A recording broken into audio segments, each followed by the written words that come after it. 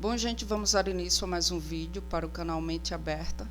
No vídeo de hoje eu irei conversar com vocês, darei continuidade ao assunto de fenomenologia, pensamento e angústia, tá? Onde aqui trata-se da parte 3 do assunto, e para que vocês possam entender essa parte, faz-se necessário vocês assistirem as outras partes, para que o que eu venha falar aqui seja absorvido por vocês de uma forma mais clara.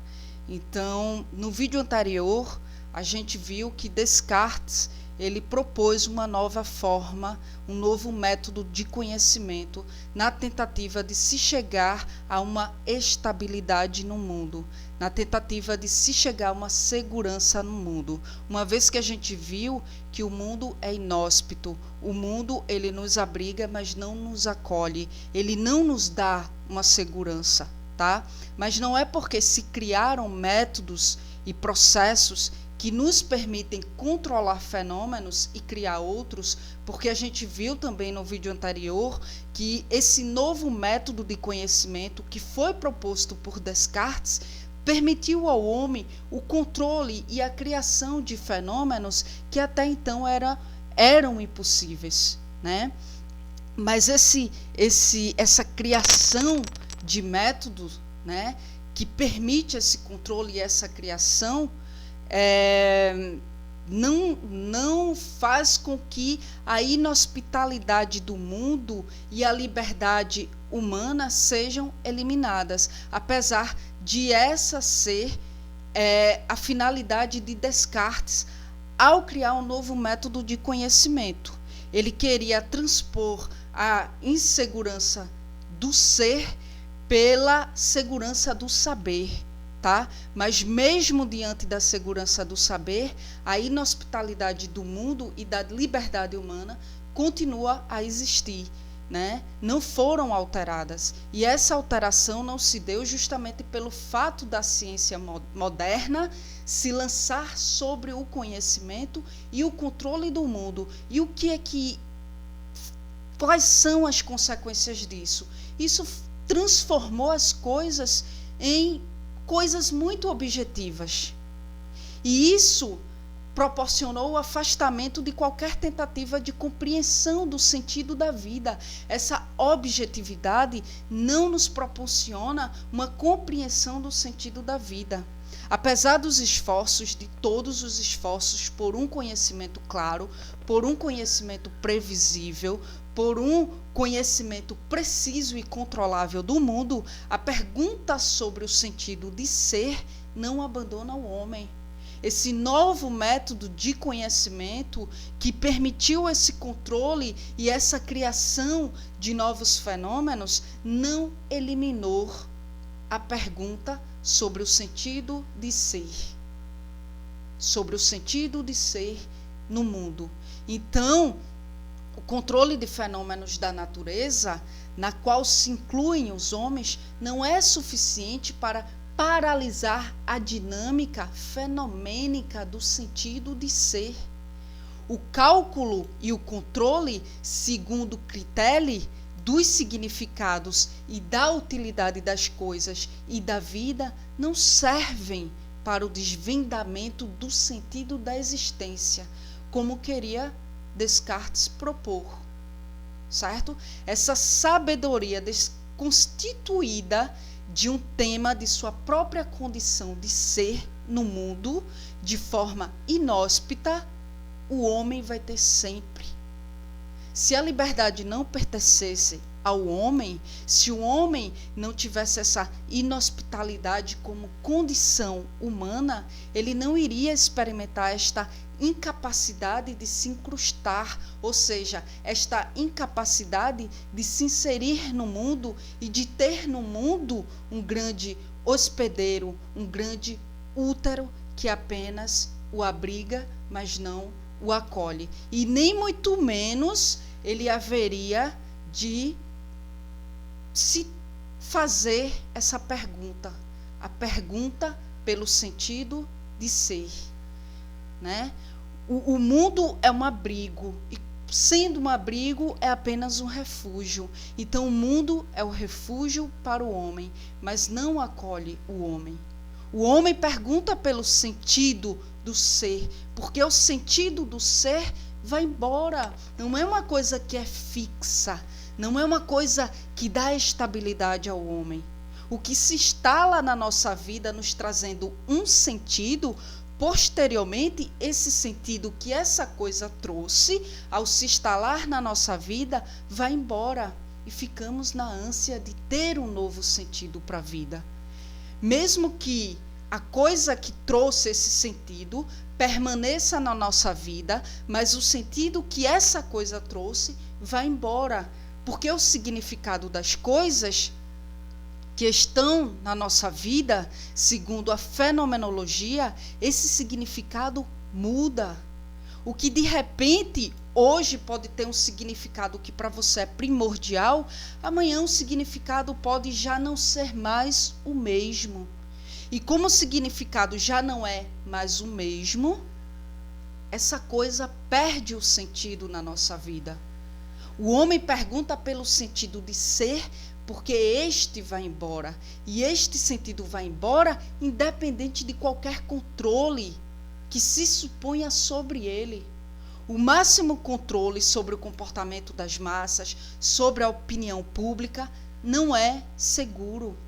A investida contra a insegurança do ser esbarra na impossibilidade de se mudar a constituição ontológica dos homens. E essa constituição ontológica dos homens é justamente a inhospitalidade, a insegurança, a fluidez, a instabilidade.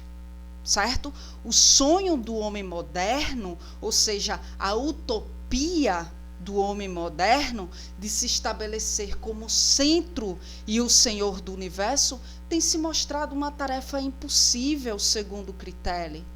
Por mais que se tente arquitetar uma sociedade em que se tente alcançar o controle da angústia, o controle da inhospitalidade do mundo, né? O controle da fluidez e liberdade humana, o controle da transferência dos sentidos, ou seja, dessas mudanças dos sentidos, de se ser, mas a execução desse controle sobre essas coisas é irrealizável. É a partir da perda do sentido de ser que o pensamento, e aí a gente já sai do âmbito da angústia para entrar no âmbito do pensamento, né? E é a partir da perda do sentido de ser que o pensamento ele encontra seu apelo para pensar. Só diante de um vazio de sentido para ser que torna insignificantes os significados tácitos e que outrora eram claros de todas as coisas. É que o pensamento, é a partir disso que o pensamento ele se lança na aventura de saber, de conhecer. É a partir dessa insignificância dos significados de outrora, do passado. Ou seja, o que outrora tinha significados claros para nós, tinha sentido, hoje já não tem mais. E aí caímos no vazio de sentido para ser. E aí essa perda de sentido que faz o nosso pensamento se aventurar no saber, no conhecer, segundo Critelli. O que tem a ver, Carla, perda de sentido com se lançar no saber, no conhecer? O pensar se lança como propriamente é, interrogante, angustiado. Ele é posto pela angústia de ser diante do nada, da inhospitalidade do mundo, da liberdade, da existência. Quando algo perde o sentido para nós, quando algo muda de significado para nós, entramos na reflexão, entramos no pensamento do que é que pode trazer sentido para a minha vida, já que aquilo que trazia um sentido para a minha vida já não tem mais o mesmo significado. Desde a angústia, o pensamento ele pode se empreender, ser realizado como aquilo que mais propriamente o constitui. E o que é que constitui o pensamento? É justamente a reflexão. E reflexão, segundo Heidegger, é a coragem de tornar o axioma de nossas verdades e o âmbito de nossos próprios fins em coisas que, sobretudo, são dignas de serem colocadas em questão. Ou seja, para Heidegger, a reflexão é a coragem de tornar nossas premissas, nossas sentenças, que virmos como evidentes e verdadeiras, em cima de coisas que tenham um âmbito questionável. É questionar, é refletir, em cima daquilo que até então nos parecia ser uma verdade absoluta e que na verdade não é. Então, é o sentido de ser no mundo como homens e o cuidado do habitar o mundo e o interagir com os outros homens, o que provoca o pensar fenomenológico. É o sentido de ser o que procura a fenomenologia. Porém, compreende-se de antemão que todo saber a seu respeito é relativo e provisório, porque tudo muda. A fenomenologia é o pensamento atuando diante de um vazio de sentido civilizacional. O pensar do homem cotidiano é um pensar diante do vazio da sua própria condição de humanidade, dentro do âmbito pessoal e coletivo, segundo Critelli. Pensar fenomenologicamente é sempre um pensar que se abre livre no mundo inóspito, no mundo fluido. O pensar, segundo a fenomenologia, o pensar fenomenológico, porque a fenomenologia é uma forma de se pensar sobre o se ser no mundo. Então, esse pensar é um poder, um vigor, uma força que emerge do próprio ser no mundo. Então, gente, eu finalizo aqui mais um vídeo tratando de fenomenologia, encerrando com o assunto de angústia e pensamento. Se vocês ficarem com alguma dúvida com relação a esse vídeo, vocês podem entrar em contato comigo através do meu Facebook. Eu vou deixar o link aqui embaixo no comentário do vídeo.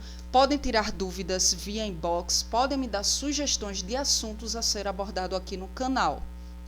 Quem quiser entrar em contato via e-mail, o meu e-mail é anacarla.araújo2803@gmail.com.